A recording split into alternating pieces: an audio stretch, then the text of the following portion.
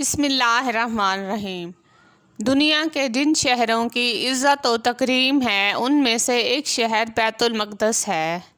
یہ مسلمانوں، یہودیوں اور عیسائیوں کے لیے یکساں باعث عزت و احترام ہے۔ یروشلم کے معنی ہیں خدائی حکومت۔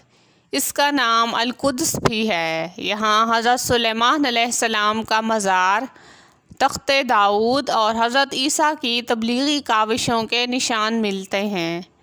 اس کو سنہری شہر اور امن کا شہر بھی کہتے ہیں، لیکن تاریخی لحاظ سے یہ بہت بدقسمت شہر ہے۔ بمشکل ہی 10 دن گزرے ہوں گے جن کے دوران یہاں کے باشندوں کو امن و سکون دیکھنا نصیب ہوا۔ بیت المقدس کی تاریخ اتنی ہی اہم ہے جس قدر کہ نسل انسانی اور اس کی تاریخ۔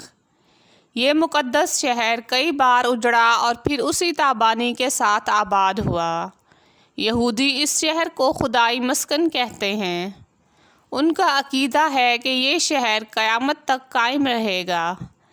سب سے پہلے داؤد علیہ السلام نے اس شہر کو فتح کیا اور بعد میں ان کے بیٹے حضرت سلیمان نے یہاں معبد تعمیر کیے۔ رفتہ رفتہ یہ شہر مذہبی اور روحانی مرکز کی حیثیت اختیار کر گیا۔ اہل بابل یہاں قابض ہو گئے اور پھر یہودیوں اور بعد میں یونانیوں نے اس پر قبضہ کیا۔ یونانیوں کے بعد یہودی دوبارہ اس شہر پر قابض ہوئے اور بعد میں رومیوں نے اس پر قبضہ کر لیا۔ 123 قبل مسیح میں یہودیوں کا یہاں داخلہ ممنوع قرار دے دیا گیا اور 2 سال بعد عیسائی بادشاہ قسطنطین نے یہاں ایک بڑا گرجا تعمیر کرایا۔ 637 عیسوی میں عرب مسلمانوں نے رومیوں کو شکست دینے کے بعد یروشلم فتح کیا اور 450 سال تک یہ شہر امن و سکون کا گہوارہ بنا رہا۔ پھر صلیبی جنگوں کا سلسلہ شروع ہوا۔ عیسائیوں نے فوجی الغار کر کے عربوں کو یہاں سے نکال دیا۔ بعد میں عثمانی ترکوں نے اسے دوبارہ فتح کر کے اپنی حکومت بنائی۔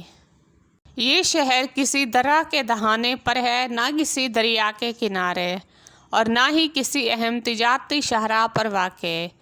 اس کے باوجود یہاں کبھی قحط نہیں پڑا اور یہ شہر 3000 سال سے موجود ہے۔ اس شہر میں زیارتیں بہت زیادہ ہیں اور کوئی شخص ان زیارتوں کو گائیڈ کیے بغیر نہیں دیکھ سکتا۔ وہ زائرین جو سینکڑوں میل کے فاصلے سے یہاں پہنچتے ہیں اس کے گرد و نواح کو دیکھ کر حیران رہ جاتے ہیں۔ یہ شہر 3200 سال پرانا ہے۔ اس نے قدرت اور انسان کے ہاتھوں بہت تکلیفیں برداشت کی ہیں۔ یہ مقدس شہر کئی بار اجڑا اور آباد ہوا، کئی مرتبہ زلزلوں سے کھنڈرات میں تبدیل ہوا۔ 2 بار اس کی مکمل بربادی ہو چکی ہے۔ بادریان اور بخت نصر کے عہد میں اس کی اینٹ سے اینٹ بجا دی گئی۔ یہ مقدس شہر کئی بار اجڑا اور آباد ہوا، کئی مرتبہ زلزلوں سے کھنڈرات میں تبدیل ہوا۔ 2 بار اس کی مکمل بربادی ہو چکی ہے۔ حادریان اور بخت نصر کے عہد میں اس کی اینٹ سے اینٹ بجا دی گئی۔ بیت المقدس پر مذہب کی تبدیلی کے 6 دور گزرے ہیں۔ اس پر ایسا زمانہ بھی آیا کہ اس کو زمین کے برابر کر دیا گیا، گلی کوچے اور عمارتیں تباہ کر دی گئیں اور اس کے باشندے یا تو قتل کر دیے گئے یا جلا وطن کر دیے گئے۔ حدیث مبارکہ میں ہے کہ بیت المقدس خانہ کعبہ کے 40 سال بعد مرز وجود میں آیا۔ یہاں سب سے پہلے آل سام آباد ہوئی۔ آل سام کے یہ قبائل جزیرہ عرب سے ہجرت کر کے یہاں پہنچے تھے۔ انہی قبائل کی ایک شاخ مجوسیوں کے نام سے مشہور تھی۔ 2008 قبل مسیح میں یہاں شالیم بادشاہ کی حکومت تھی اور انبیاء میں سب سے پہلے حضرت ابراہیم علیہ السلام شہر عر سے ہجرت کر کے یہاں پہنچے تھے۔ حضرت ابراہیم علیہ السلام نے حبرون کے مقام پر قیام کیا جسے اب الخلیل کہتے ہیں۔ اس علاقے میں مختلف مقامات سے برآمد ہونے والی تختیوں اور کتاب مقدس کی روایات کے مطابق یہاں کا حاکم بھی ابراہیم علیہ السلام کی طرح وحدہ لا شریک کی عبادت کرتا اور خود کو خدا کا فرستادہ بتاتا تھا۔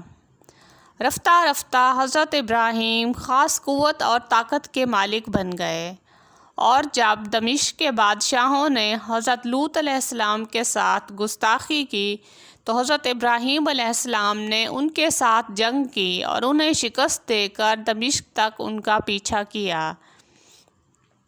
حضرت ابراہیم علیہ السلام کی وفات بھی اسی شہر میں 175 سال کی عمر میں ہوئی۔ آپ حبرون شہر میں دفن ہیں۔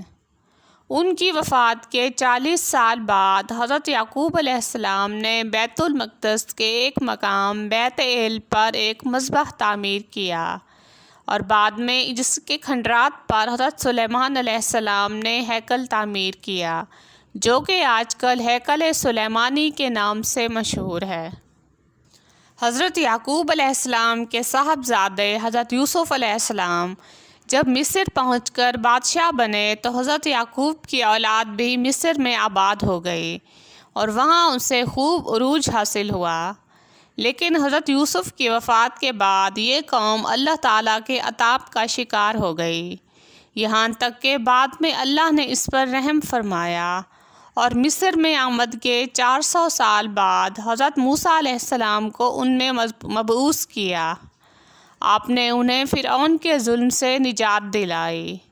اس کے بعد بنی اسرائیل دریائے نیل پار کر کے وادی سینا میں داخل ہو گئے، لیکن یہ قوم اپنے نبی کی نافرمان اور احسان فراموش نکلی اور بتوں کی پوجا شروع کر دی۔ جب موسیٰ علیہ السلام نے انہیں ڈانٹا تو الٹا ان پر چڑھ دوڑی، مگر اللہ تعالیٰ نے حضرت موسیٰ علیہ السلام کی حفاظت فرمائی۔ اس کے بعد جب حضرت موسیٰ علیہ السلام نے انہیں بیت المقدس میں داخلے کا حکم دیا تو بنی اسرائیل نے انکار کر دیا۔ انہوں نے کہا کہ اے موسیٰ، تو اور تیرا رب جا کر ان سے لڑو، ہم تو یہیں بیٹھے ہیں۔ بنی اسرائیل کی یہ گستاخی اللہ تعالیٰ کو ناگوار گزری، اور وہ اپنی اگلی نسل کے بالغ ہونے تک تقریباً 40 سال وادی طیہ میں بھٹکتے رہے۔ اس دوران 3 لاکھ یہودی مر گئے۔ بیت المقدس میں وہ 200 سال کے بعد داخل ہو سکے۔